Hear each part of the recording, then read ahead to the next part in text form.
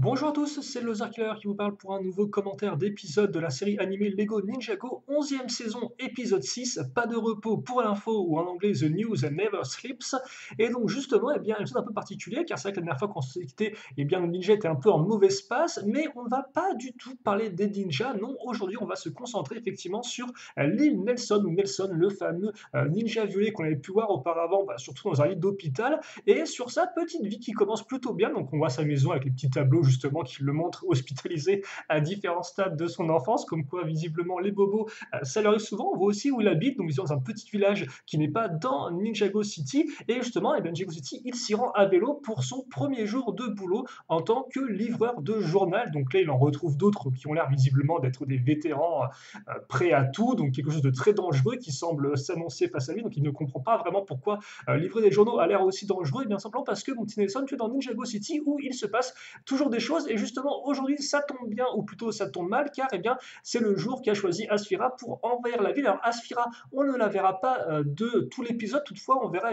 des sortes de gros serpents de feu qui sont catapultés sur la ville, et donc d'ailleurs on peut se demander, mais est-ce que c'est Asphira qui envoie ces serpents d'elle-même? Est-ce qu'il y avait des serpents dans la tombe qu'elle a entre guillemets transformés en boules de feu géantes grâce à son nouveau pouvoir de feu? On ne sait pas, en tout cas comme des sortes de météorites, il pleut des serpents de feu partout en ville qui, forcément, attaquent la ville. C'est le chaos partout, mais comme on l'a dit dans le titre, pas de repos pour l'info, comme va le dire Antonia. Antonia qui va servir de guide, de mentor à Nelson pour sa première journée, et donc lui montrer que même en cas d'invasion, l'information ne dort pas, et donc il faut continuer à livrer. Et donc, c'est un peu tout ça l'épisode, c'est-à-dire qu'on va suivre nos deux compères à travers la ville, en feu, en flammes, en tout ce que vous voulez, mais qui continuent à livrer les journaux quoi qu'il arrive. Donc, ils vont tomber par exemple sur Samurai X, sur Pixel qui se bat contre les serpents de feu. Donc là encore, ça permettra de vraiment voir l'animation qui est vraiment au top, avec des chouettes mouvements faits par le mecha de Samurai X, justement pour pouvoir battre ces sortes de gros serpents de feu. Bien sûr, nos deux compères ne seront pas en reste, avec aussi quelques petites cascades et autres ici et là, tout en livrant des journaux, bien évidemment, comme le dit Antonia, malgré il peut arriver des robots, des bikers, tout ce que vous voulez, il faut quand même continuer à livrer des journaux. Et bien sûr, les deux vont ensuite enfin tomber sur Clutch Powers, qui arrive tel lui aussi une boule de feu et s'écrase sur le sol, et donc qui dit qu'il faut rapidement prévenir quelqu'un que les ninjas sont en danger dans une pyramide dans le désert avant de tomber inconscient et d'être transporté par une ambulance. Et donc justement, c'est là où Nelson va se dire il faut qu'on aille prévenir justement le monastère que les ninjas sont en danger. Au début, Antonia ne veut pas vraiment, pour elle c'était pas vraiment son boulot, mais Nelson lui dit écoute, tu m'as dit que notre but à nous c'est de prévenir les gens de ce qui se passait autour d'eux grâce aux informations, grâce aux journaux, et donc là il faut qu'on prévienne le monastère. Antonia accepte, et donc nos deux compères se rendent au monastère. Ça nous permettra effectivement de revoir le système de route de Ninjago, qui est plutôt cool, qu'on avait pu découvrir avec la saison 8, qui était inspiré bien sûr du film Lego Ninjago, où justement Nelson va rendosser rapidement son costume de ninja violet pour passer une sorte de gros fossé au niveau de la route, ce qui est encore plutôt cool, et ce qui montre que même les enfants peuvent avoir autant de courage que des ninjas, avant forcément de se rendre au monastère, de rencontrer Wu et de lui dire ce qui s'est passé, Wu lui disant que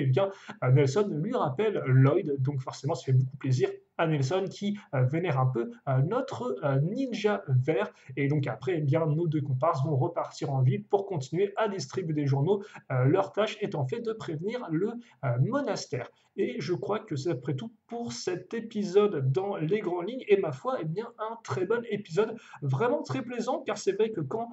l'équipe avait annoncé que désormais nous aurions des épisodes de 10 minutes et donc plus de 20, et que cela leur permettrait d'explorer différentes choses, de raconter différents éléments qui ne pouvaient pas auparavant, c'est vrai qu'on était peut-être un peu pessimiste, on pouvait dire qu'est-ce qu'il veut dire par là, et donc là on a l'exemple marquant. C'est vrai qu'auparavant on avait déjà vu par exemple avec l'épisode 2 un épisode avant tout centré sur le côté humoristique, mais là on va se rendre compte qu'effectivement on peut prendre ces épisodes de 10 minutes qui sont plus courts que ceux de 20 logiquement pour raconter une histoire parallèle à celle des ninjas, où justement ces derniers ne sont pas du tout le point central de l'intrigue, et justement là effectivement ça nous permet de découvrir un peu plus en détail Nelson ainsi que ce nouveau personnage qui est Antonia, et qui est inspiré d'une vraie fan de Ninjago, ou si je dis pas de bêtises, en tout cas d'un personnage qui a été créé par une vraie fan de Ninjago, et donc ce qui est plutôt cool, et donc ça permet d'explorer un peu ce monde qu'est Ninjago en dehors des ninjas, et surtout ça permet de voir une invasion de la ville d'un autre angle, car c'est vrai que Ninjago, comme c'est dit dans l'épisode en lui-même,